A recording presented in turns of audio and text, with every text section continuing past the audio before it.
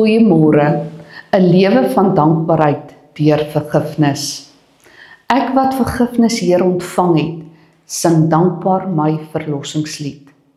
Wanneer ons besef waarvan God ons vergewe het, ons skuld, ons foute, ons selfgesentreerdheid, dan vloei dankbaarheid uit ons lewens.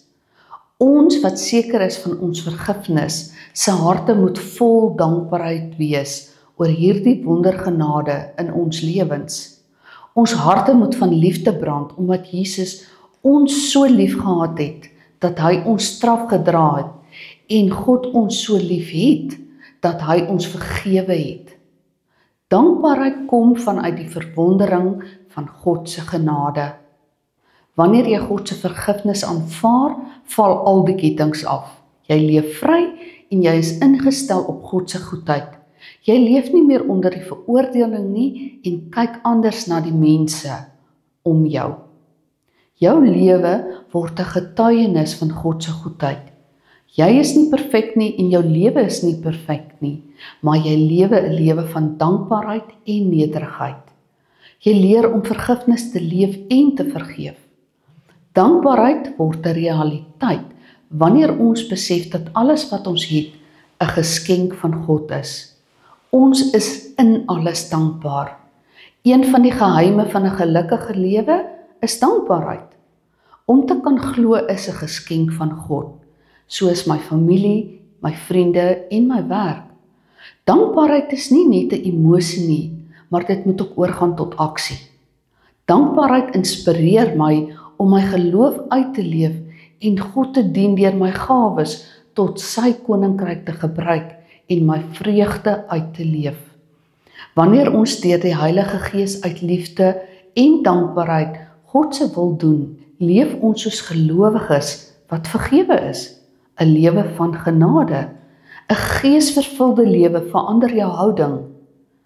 Dankbaarheid is nie net 'n goeie gewoonte nie, dit is die vrug van jou geesvervulde lewe.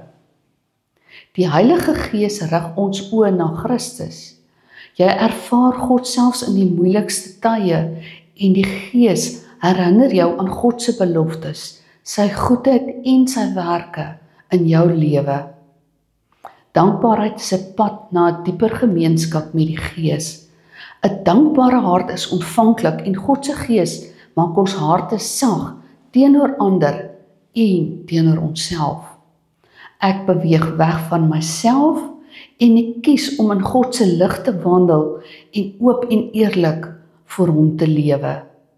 Die lig wat deur ons lewens skyn, is nie daar sodat ander ons beter kan sien nie, maar om Christus beter te sien.